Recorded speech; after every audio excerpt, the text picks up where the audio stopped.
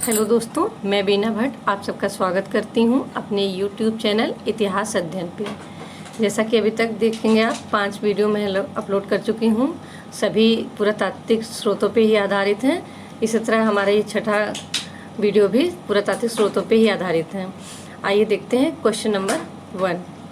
किन पुरातात्विक स्रोतों को पुरातत्व की वर्णमाला कहा जाता है? ऑप्शन है अभिलेखों को, मृदभांडों को, ताम्रपत्रों को। तो इसका सही उत्तर है मृदभांडों को।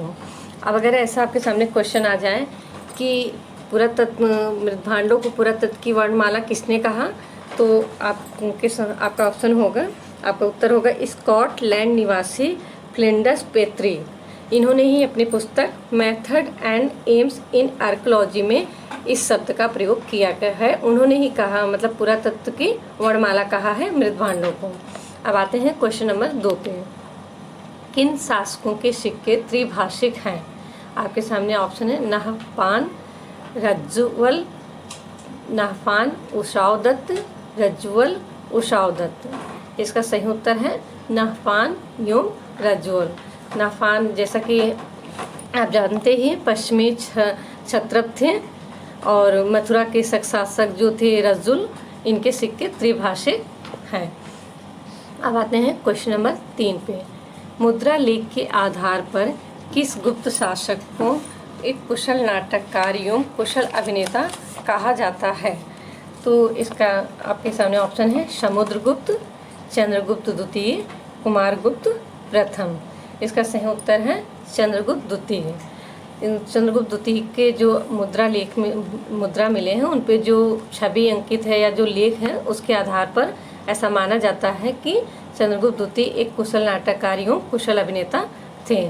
जैसे कि समुद्रगुप्त के वीणा वादक या अश्वमेध प्रकार के सिक्कों से पता चलता है, उसी तरह चंद्रगुप्त द्वितीय के विषय में जानकारी मिलती है कि वो एक कुशल नाटककार एवं कुशल अभिनेता थे। आते हैं क्वेश्चन नंबर 4 पर। मौर्योत्तर गणराज्यों का पूरा इतिहास किन स्रोतों के आधार पर लिखा गया है? ताम्रपत्रों के, सिक्कों के, अभिलेखों के। तो इसका सही उत्तर है सिक्कों के। मौर्योत्तर गणराज्य, जैसा कि हम जानते हैं, योधयों, मालवा और दुम्बूर, इन सारे जिनके भी हैं, ज़्यादातर इन सब का इतिहास हमें इनके सिक्कों के आधार पर ही ज्ञात होता है। और ऐसे भी एक क्वेश्चन बनता है कि किस काल में सबसे ज़्यादा सिक्के जारी किए गए, तो भी उसका उत्तर होगा, आपका सही उत्तर होगा मौर्य। अब आते हैं क्वेश्चन नंबर 5 पर। हिंद यवन शासकों का पूरा इतिहास किन साक्ष्यों के आधार पर लिखा गया है? आपके सामने ऑप्शन है ताम्रपत्रों पर, सिक्कों पर, अभिलेखों पर।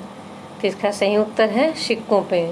ज़्यादातर आप जब भी पढ़ते होंगे तो हिंद किसने चौकोर सिक्के चलाए, किन्होंने पहले ब्राह्मी लिपि का, जैसा कि हमारे चौथे वीडियो में आप देखेंगे तो इससे संबंधित क्वेश्चन भी हमने किए हैं। तो हिंद शासकों का पूरा इतिहास हमें सिक्कों के आधार पर ही लिखा गया और उसी से हमें उनके बारे में जानकारी मिलती है। और इसी के साथ मैं आपको एक फैक्ट और बताना चाहती हूँ कि अगर मौर्योत्तर गणराज्य का इतिहास भी पूछा जाए तो सिक्कों के आधार पर ही लिखा गया है। अब आते हैं क्वेश्चन नंबर 6 पे। भारत में सर्वप्रथम किस पुरास्थल के उत्खनन से मृदभांडों का ज्ञान हुआ था? आपके सामने ऑप्शन है अंतरंजी खेड़ा, हस्तिनापुर, तक्षशिला। इसका सही उत्तर है तक्षशिला। तक्षशिला प्रथम ऐसा पूरा स्थल है जहाँ से हमें मृदभांडों के पुरातात्विक महत्व का ज्ञान प्राप्त हुआ था। अब आते हैं क्वेश्चन नंबर 7 पर।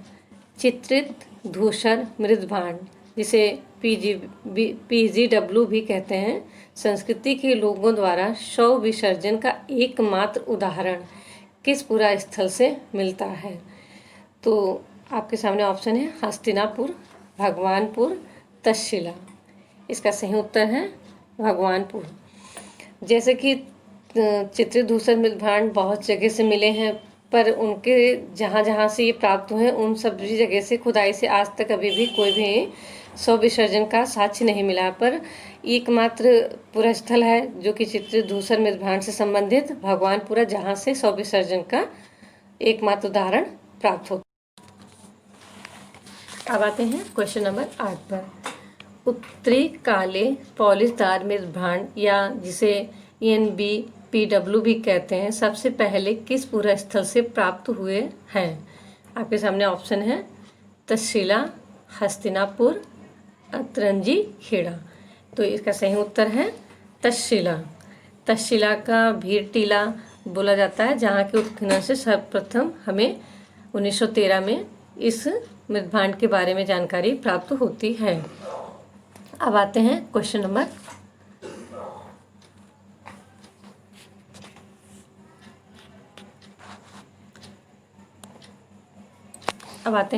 नंबर 9। किस मृदभांड को हड़प्पा के पतन से लेकर 6ठी शताब्दी ईसा पूर्व के अंधकार युग को खत्म करने का श्रेय दिया जाता है?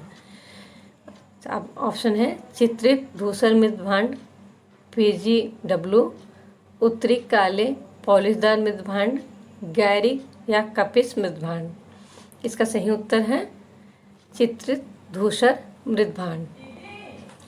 जैसा कि हम जानते हैं 6ठी शताब्दी से लेके उसके जब तक हमें चित्रित धूसर मृदभांड के विषय में जानकारी नहीं प्राप्त हुई थी, तब तक हम 6ठी शताब्दी हड़प्पा के पतन से लेकर 6ठी शताब्दी के बीच का विषय में हमें कोई जानकारी सही नहीं मिल पा रही थी।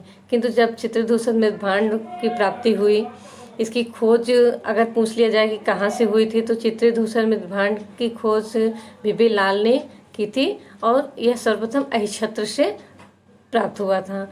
तो जब इसकी जानकारी हुई तब जाके हमें 6ठी शताब्दी से हड़प्पा पतन से लेकर 6ठी शताब्दी बीच के अंधकार युग को खत्म करने का श्रेय मिला और जानकारी मिली। तो आइए देखते हैं क्वेश्चन नंबर 10। गैरी या कपिस मृदभांड का बीबी लाल ने OPC नामकरण कहाँ पे किया था? आपके सामने ऑप्शन है अतरंजी, खेड़ा, हस्तिनापुर, भगवानपुरा। इसका सही उत्तर है हस्तिनापुरा। अगर आपके सामने ऑप्शन हो जैसे कि इसकी खोज तो बीबी लाल ने गंगा घाटी के 1950 में गंगा घाटी के बिशौली जो बदायूं जिले में तथा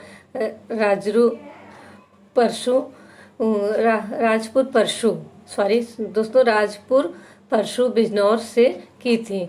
किंतु बीबी लाल ने इसका नामकरण जो OCP नामकरण किया वह हस्तिनापुर में किया था। इसका सही उत्तर है हस्तिनापुर। ये रहे दोस्तों पूरे 10 क्वेश्चन जो कि मृदभांडों से संबंधित है। पूरा अभी हमारा जो चल रहा है मॉक टेस्ट वह पुरातात्विक स्रोतों के आधार पर ही क्वेश्चन लेके आ रही हूँ। इसी तरह के और भी क्वेश्चन जो भी बन सकते हैं पुरातत्व से संबंधित, पुरातात्विक स्रोतों से संबंधित, उससे मैं लेके कल के मॉक टेस्ट में उपस्थित होंगे। तब तक के लिए नमस्ते। आप सबका धन्यवाद।